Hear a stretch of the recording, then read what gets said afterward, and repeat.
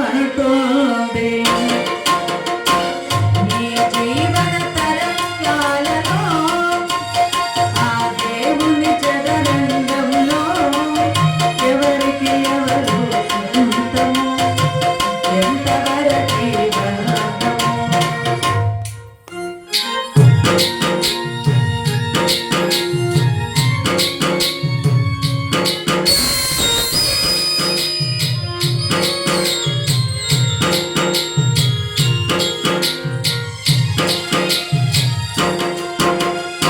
తాళి కట్టిన మగడు లేడని తరలించుకుపోయే మృత్యువాదను. ఈ కత్తెలు కత్తెలు కాచక మానవు, నీ కన్నీళ్లకు చితి మంటలారవు. ఆ మంటలు ఆ గుండెను అంతక మానవు.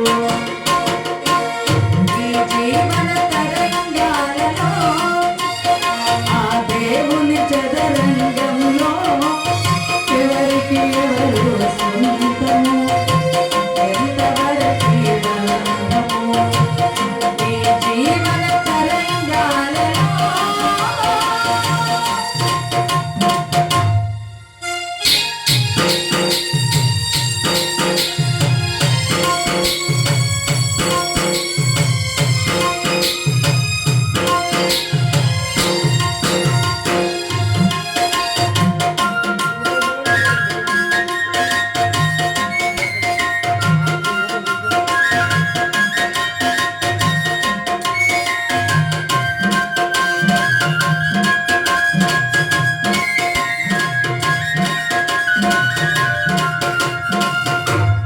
అదే పిల్లలకు లాగా అవుతుందా?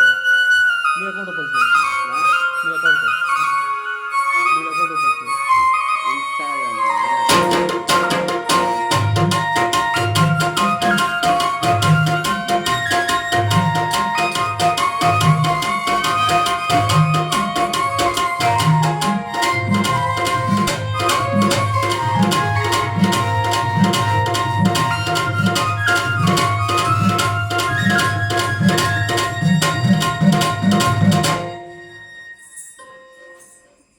కీర్తిశేషులైనటువంటి రామరెడ్డి గారి దివ్యాత్మక శాంతి చేకూరాలి, వారికి స్వర్గప్రాప్తి కలగాల్సిందిగా కోరుతూ రామరెడ్డి గారి పాదపద్మములకు గోవింద, రామరెడ్డి గారికి స్వర్గప్రాప్తి కలుగు గోవింద, రామరెడ్డి గారి ఆత్మకు శాంతి కలుగు గోవింద.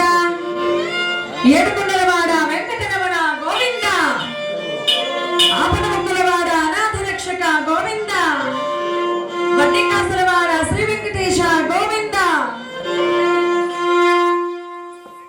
కీర్తిశేషులైనటువంటి వారికి స్వర్గప్రాప్తి కలగాలని మరి మరి ఆ పరాత్పరుడిని కోరి ప్రార్థిస్తూ మరి రామరెడ్డి గారి సతీమణి అయినటువంటి గాయత్రమ్మ గారు, మరి వాళ్ళ కుమారుడైనటువంటి ఉమాపతి గారు, కోడలైనటువంటి సహనా గారు, మరి కూతురైనటువంటి హేమలత గారు, అల్లుడైనటువంటి ఆ చంద్రమోహన్ గారు, వారి కుటుంబ సభ్యుల ఆధ్వర్యంలో వారి జ్ఞాపకంగా వారి ఆత్మకు శాంతి కలగాలని ఈ మహత్తరమైనటువంటి పుణ్య కార్యక్రమాన్ని తలపెట్టారు. మరి వాళ్ళ కొడుకు, కోడలు, కూతురు, అల్లుడు, మరి సతీమణి, వారి కుటుంబ సభ్యులే కాకుండా ఇంకా వాళ్ళ బంధుమిత్రులు ఉన్నారు, అన్నదమ్ముళ్ళు ఉన్నారు, ఇంకా మనవళ్ళు మనవరాళ్ళు ఉన్నారు. అయితే అందరి పేర్లు తెలియవు కదా.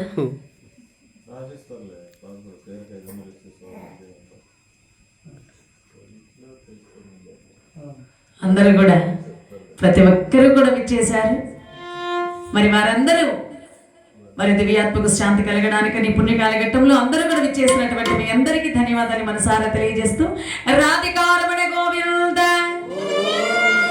ఆంజనేయ వరద గోవింద, ప్రహ్లాద వరద గోవింద.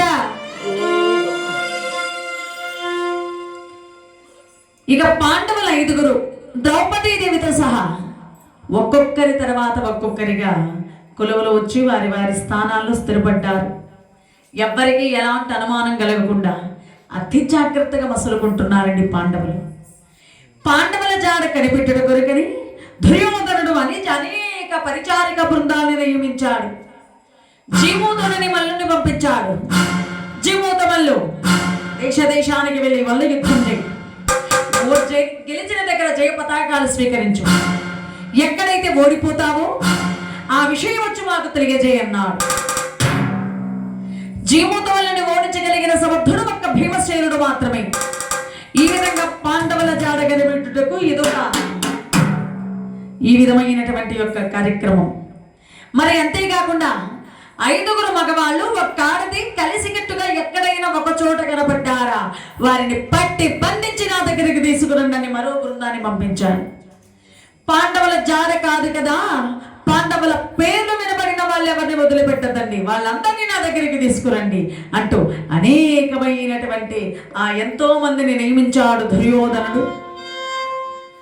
అదే గోవలో జీమూతుడనేటటువంటి మల్లుడు వెనకాలిద్దరు అనుచరులు, ఈతడు దేశం మీదకి వచ్చి మల్ల యుద్ధం చేస్తున్నాడండి. ఒక్కో దేశంలో అందరిని జయించుకుంటూ 6 నెలలకు వచ్చాడు ఈ మత్స్యనగరానికి. ఈ మత్స్యనగరంలోకి వచ్చి మహారాజు గారితో అంటున్నాడు, మహారాజా మల్ల యుద్ధము నన్ను మార్కొని జయం పగలా మగవాడు లేడునా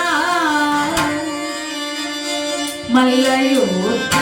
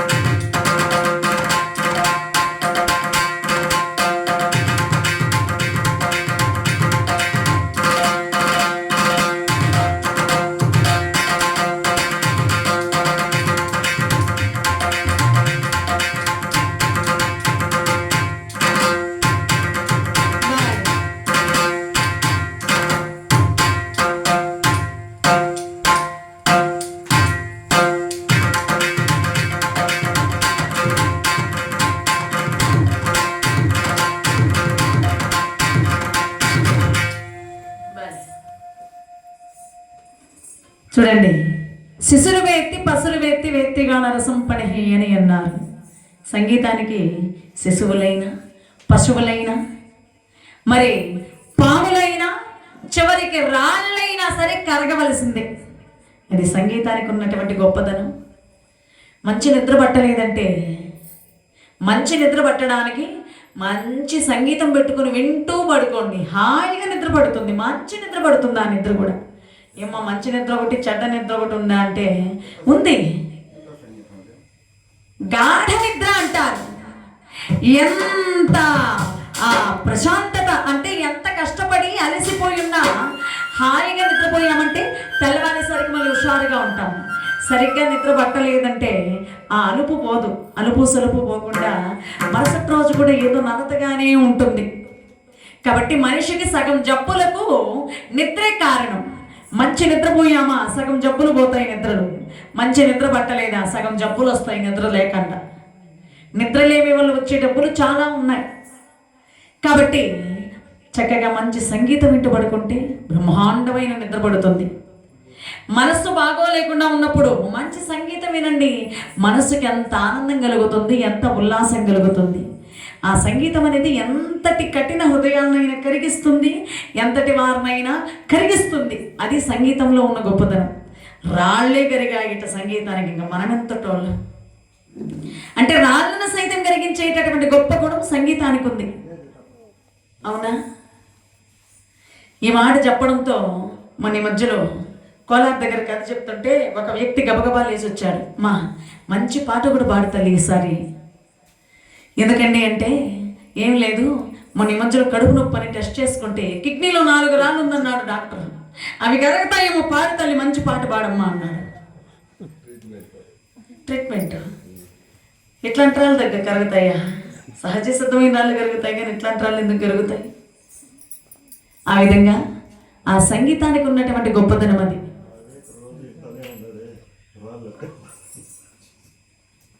ఆ విధంగా జాయిందిరా రమణ గోవింద.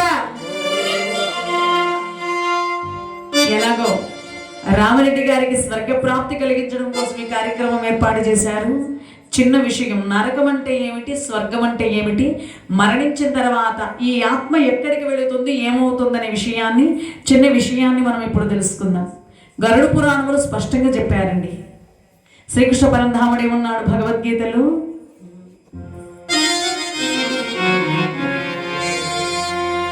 జాతస్య ధ్రువో మృత్యుః ధ్రువం జన్మ మృతస్య చ తత్పాద పరిహార్దేషు నక్వో శోచితుమర్హసి నక్వో శోచితుమర్హసి. నైనం చిందనతి శస్త్రాణి నైనం దహతి పావకః న చైనం క్లేదయం చాపో న శోషయతి మారుతః న శోషయతి మారుతః. పుట్టిన ప్రాణి గిట్టక తప్పదు, గిట్టన ప్రాణి పుట్టక తప్పదు. జనన మరణములనేవి అనివార్యమే, మనిషికి అనివార్యమగు ఈ విషయం గురించి శోకించుట తగదన్నాడు. అంతేకాకుండా ఈ చావనేది శరీరానికే కానీ ఆత్మకు లేదట. మనిషి మాసిన బట్టను వదిలిపెట్టి ఉతికిన బట్టను ఏ విధంగా ధరిస్తున్నాడు, ఈ ఆత్మ కూడా రుణం తీరేంత వరకే ఉంటుందండి ఈ శరీరంలో. రుణం తీరిందంటే మళ్ళీ ఉండదు ఈ ఆత్మ ఈ శరీరంలో. రుణానుబంధైన పశుపత్ని సుతానయ అని అన్నారు. రుణముంటేనే ఈ శరీరం, రుణముంటేనే తల్లి తండ్రి, రుణముంటేనే భార్యాభర్తలు, రుణముంటేనే అన్నాదమ్ముళ్ళు, రుణముంటేనే అన్ని. రుణం తీరిందంటే ఎవరికెవరూ లేరు, ఎవరి దారిన వారు వెళ్ళవలసినటువంటి వాళ్ళు. ఆ రుణం తీర్చుకోవడానికి వచ్చాము ఈ దేహంలోకి. మనం ఎంతవరకు ఉంటాం ఈ దేహంలో? మనము ఆ రుణానుబంధాలు తెంచుకునేంత వరకు ఉంటాం. అది తీరిందా ఎవరంతటి వాళ్ళు ప్రయాణం సాగించాల్సిన వాళ్ళే. మరి కొన్ని చావులు చాలా చిత్రంగా ఉంటాయండి. పెళ్లి కొడుకు పెళ్లి కూతురు వల్ల 2 ముళ్ళు వేసేసి ఉంటాడు, 3వ ముడి వేసేటప్పుడు హార్ట్ అటాక్ వచ్చేస్తుందండి ఆ మనిషి. అంటే ఆయనకు రుణానుబంధం అంతవరకే ఉందని. పుట్టిన బిడ్డ ఆడుకునే బిడ్డ, ఎదిగే బిడ్డ, పెళ్ళేడుకొచ్చిన వాడు, పెళ్లి కొడుకైన వాడు, పెళ్లి పీటల మీద ఉన్నవాడు, శోభనపు పెళ్లి కొడుకు, మరి బిడ్డ తండ్రి, బాధ్యతలు స్వీకరించవలసినటువంటి వాడు. వాళ్ళు వీళ్ళు అన్న భేదభావం లేదు ఈ యొక్క చావుకి. రుణం తీరిందంటే ఎవరైనా వెళ్ళిపోవాల్సిందే. ఆ విధంగా శరీరానికి చావు కానీ ఆత్మకు చావు లేదు. ఈ ప్రాణం పోయిన తర్వాత ఏమవుతుంది? ఆత్మ 11 రోజులు ఉంటుందంటే ఈ లోకంలోని మన చుట్టూ తిరుగుతుంది, మన వెంటే ఉంటుంది, మనతోనే ఉంటుంది, ఏదో చెప్పడానికి ప్రయత్నిస్తూనే ఉంటుంది ఈ ఆత్మ. అయితే ప్రాణం పోయిన తర్వాత అంత శక్తి ఈ ఆత్మకు లేదు, మనకు కనబడదు, మనకు వినబడదు. 11వ రోజు తదనంతరం తన బిడ్డలు, తన వాళ్ళెవరైనా పిండ ప్రధానాలు పెడతారా అంటూ ఆశగా ఎదురు చూస్తుందంటే ఈ ఆత్మ. ఆ పిండం తినేంత వరకు దీనికి శక్తి సామర్థ్యాలు ఉండదు. తన వాళ్ళు పెట్టినటువంటి పిండం తిన్న తర్వాత కాస్తో కూస్తో శక్తిని పుంజుకుంటుందంటే ఈ ఆత్మకు. దీనికి యాతనా శరీరము అని అంటారు. బ్రొటన వేలంత ఇస్తాడు భగవంతుడి శరీరాన్ని. ఈ పిట్టలు పెట్టినటువంటి ఆ పిండాలను స్వీకరించిన తర్వాత ఈ పరలోకపు యాత్రను ప్రారంభిస్తుందండి ఈ ఆత్మ.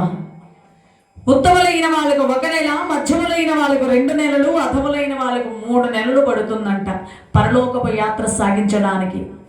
ఈ పరలోకపు యాత్ర సాగించే సమయంలో శక్తి చాలదు. మనం భూలోకములో ఏవైనా దాన ధర్మములు చేస్తుంటే ఆ లోకంలో మనకు అది ఉపయోగపడుతుందట.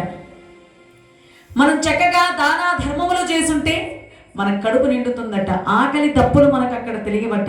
ఇక్కడ దాన ధర్మములు చేయకపోతే ఆకలి దప్పుతులతో నకనకలాడుతుందంటండి ఈ యొక్క శరీరం. అందుకే బ్రతికున్నన్నాళ్ళు దాన ధర్మములు చేయాలన్నారు. ఊరికైనా ఒకవేళ మనం చేయకపోయినా మన పేరిట మన బిడ్డలైనా దాన ధర్మాలు చేయాలట.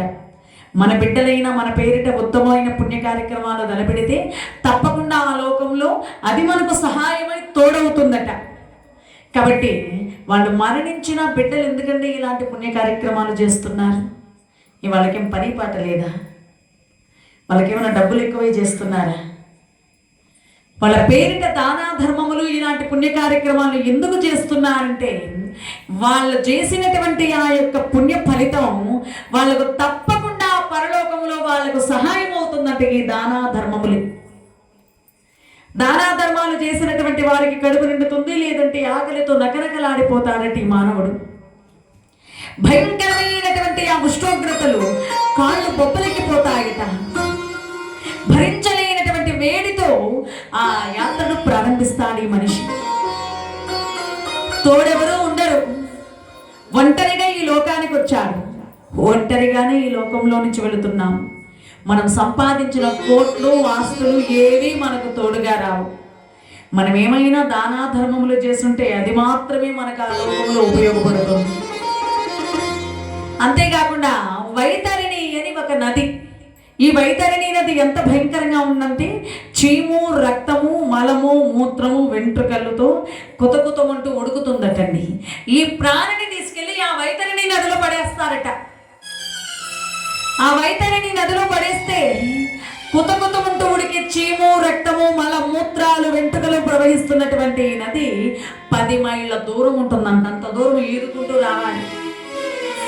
ఒకవేళ మనం గోదానం ఏదైనా చేసినట్లయితే ఆవు తోకనిస్తాడట ఆ ధర్మదేవత. ఆవు తోకను పట్టుకుని వేగంగా ఈదుతూ ఈ యొక్క వైతరిణి నదిని దాటడానికి అది అప్పుడు ఉపయోగపడుతుంది. ప్రతి దానానికి, ప్రతి ధర్మానికి ఒక్కొక్క ఫలితాన్ని మనకు ఆ లోకంలో ఆ ఫలితం తప్పకుండా కనబడుతుంది.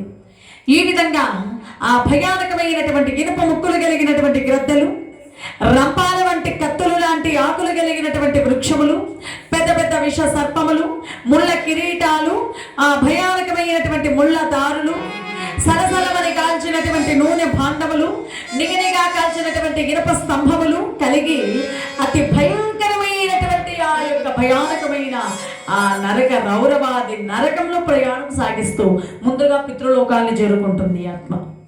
పితృలోకాన్ని చేరుకున్న తర్వాత పుణ్యం చేసిన వాళ్ళను స్వర్గానికి, పాపం చేసిన వాళ్ళను నరకానికి విభజిస్తాడండి ఆ యమధర్మరాజు. అందుకేనన్నారు మహానుభావులు,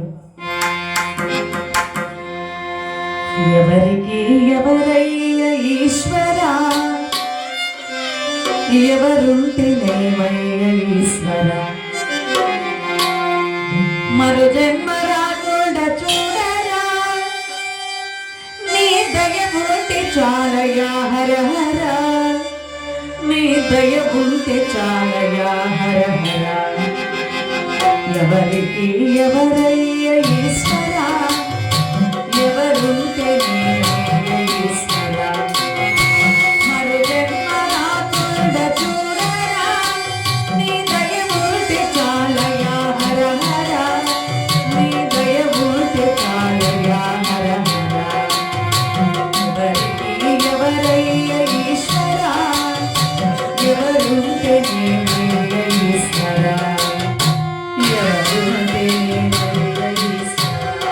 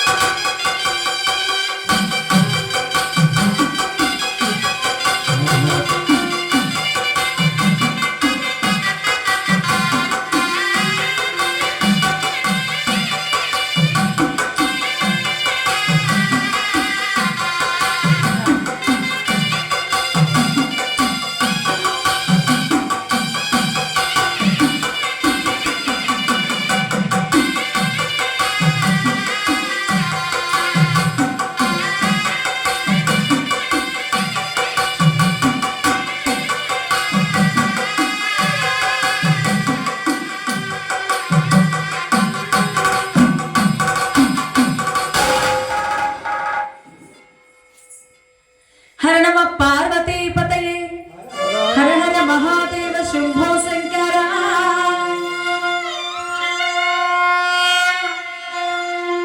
ఆ విధంగా గరుడ పురాణంలో స్పష్టంగా తెలియజేశారండి.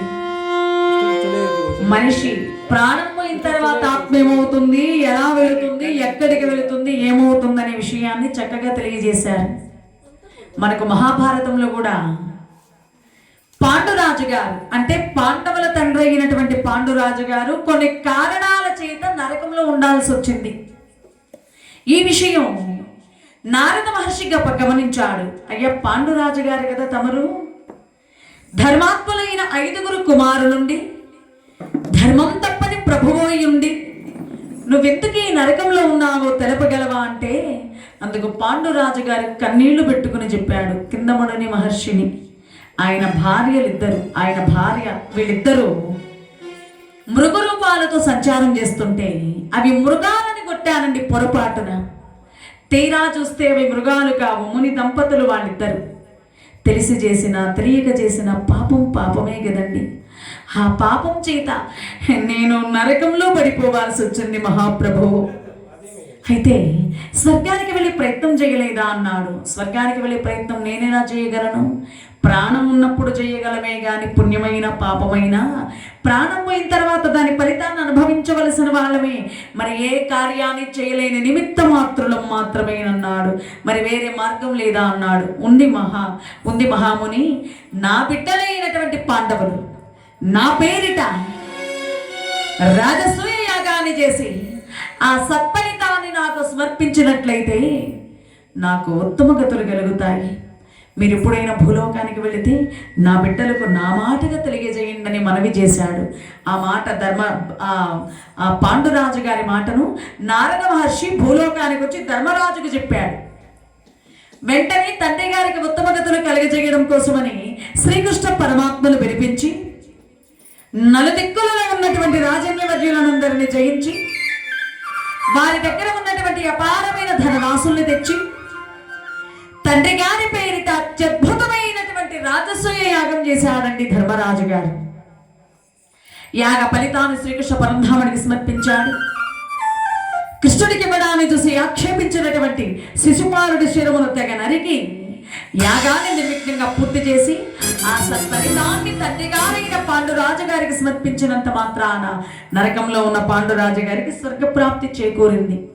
మనకు భారతం ఈ విధంగా స్పష్టంగా తెలియజేస్తోంది. మనం చేసే ప్రతి పుణ్య కార్యక్రమం, ప్రతి దానాధర్మం పరలోకంలో ఉన్నటువంటి మన తల్లిదండ్రులకు తప్పకుండా చేరుతుందనే విషయాన్ని మనకు స్పష్టంగా చెబుతోందండి ఈ యొక్క మహాభారతం. అందుకే వింటే భారతమే వినాలి, తింటే గారెలే తినాలి, కంటే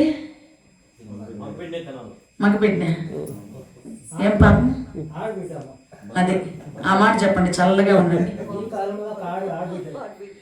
ఈ కాలానికి ఆడబిడ్డది బిడ్డలు సిగ్తలేదు, దానికి బిడ్డలు సిగ్తలేదు పెళ్లికి. అది ఒకప్పట్లో ఆడబిడ్డకి సంబంధాలు ఎత్తికేవాళ్ళు, ఆ రోజులు పోయినాయి. ఇప్పుడు మా అబ్బాయికి మంచి సంబంధం ఉంటే చెప్పండి, మా వాడికి మంచి అమ్మాయి ఏంటి చెప్పండి, వాళ్ళ పేదింటి బిడ్డ అయినా సరే ఏమీ ఇవ్వకపోయినా పర్వాలేదు, మేమే అన్ని పెట్టి పెళ్లి చేసుకుంటాం. అట్లాంటి కూడా పెళ్లి బిడ్డలు దొరకటం లేదండి. వాళ్ళే చూసుకుంటా ఉండరా? వాళ్ళు చూసుకునేది 3 రోజులు కూడా ఉండదు, మళ్ళీ వస్తారు, ఇంకో పెళ్లి చేయాల్సి వస్తుంది.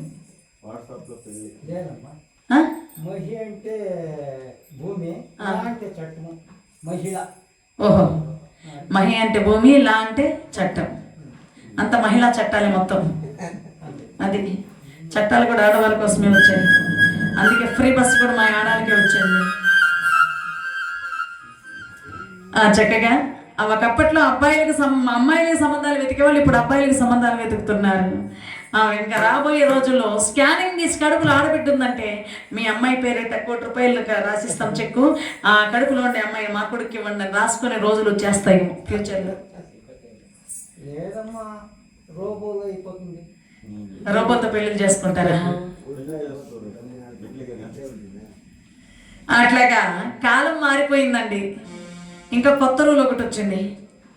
ఆడబిడ్డని పెళ్లి చేసుకోవాలంటే హైదరాబాద్లోనంట 10 సవరాలు బంగారు ఇచ్చి 30 లక్షలు కట్నం ఇస్తే గానీ అమ్మాయిని ఇవ్వటం లేదంట హైదరాబాద్లో.